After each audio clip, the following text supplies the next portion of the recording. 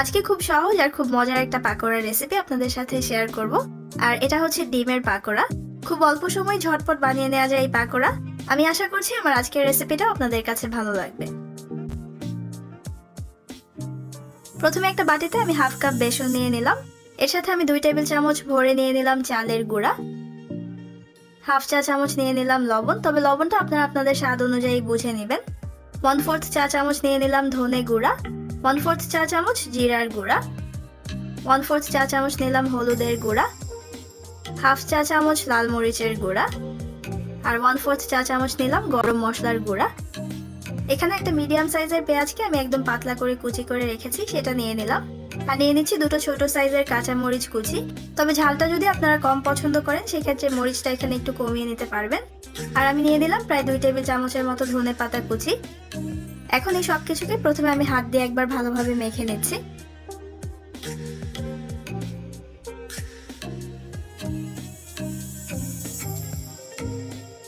এরপর আমি এখানে এখন অল্প অল্প করে পানি অ্যাড করে ব্যাটারটা বানিয়ে নেব।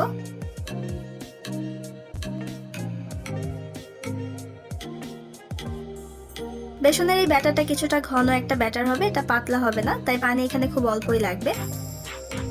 অল্প পানি দিয়ে ব্যাটারটাকে গুলে নেওয়ার পর এখন এর মধ্যে আমি হাফ চা চামচ দিয়ে দিচ্ছি আদা রসুন বাটা, দিয়ে আরেকবার একটু ভালোভাবে মেখে নিচ্ছি।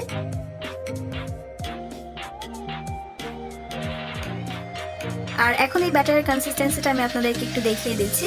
এর থেকে বেশি আর এই ব্যাটারটাকে পাতলা করা যাবে না। আর এই ব্যাটারটা বানাতে আমার খুবই অল্প পানি লেগেছে, প্রায় 1/3 কাপের মতো।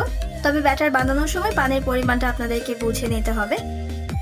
আর এখানে আমি 3টা মিডিয়াম সাইজের ডিম সিদ্ধ করে নিয়েছি। ডিমগুলোকে আমি হার্ড বয়েল করেছি।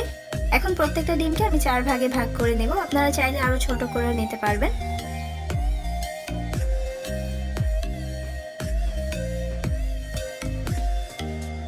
সবগুলো ডিমকে আমি এরকম ছোট করে কেটে নিয়েছি। আর চুলায় হাই হিটে এখন আমি পর্যাপ্ত পরিমাণ তেল বসিয়ে দিয়েছি তেলটাকে গরম করে নেওয়ার জন্য।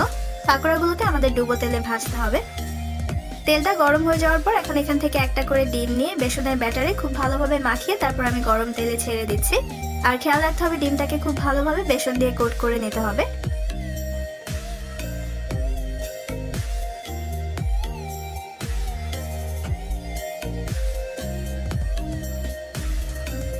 সবগুলো ডিমকেই বেসন দিয়ে ভালোভাবে কোট করে আমি এখন গরম তেলে ছেড়ে দিয়েছি। আর চুলার আঁচটাকে এখন আমি কিছুটা কমিয়ে দিয়েছি। মিডিয়াম আঁচে রেখে এগুলোকে এখন উল্টে পাল্টে আমি গোল্ডেন ব্রাউন করে ভেজে নেব। আর যেহেতু ভেতরের ডিমটা সিদ্ধ করাই আছে তাই এগুলোকে খুব বেশি সময় নিয়ে ভাজার দরকার হয় না।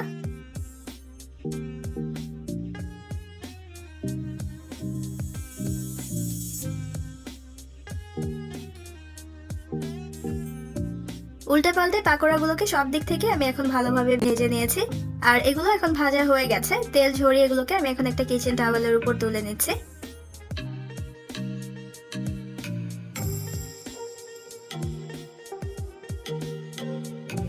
এখন এই পাকোড়াগুলোকে আপনারা আপনাদের পছন্দ মতো টমেটো কেচাপ অথবা তেঁতুলের সসের সাথে সার্ভ করতে পারবেন।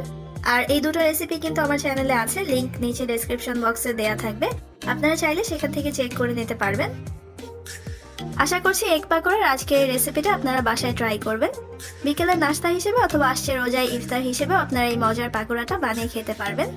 আর আমার আজকের ভিডিও দেখার জন্য আপনাদের সবাইকে অনেক ধন্যবাদ। সবাই অনেক ভালো থাকবেন। আল্লাহ হাফেজ।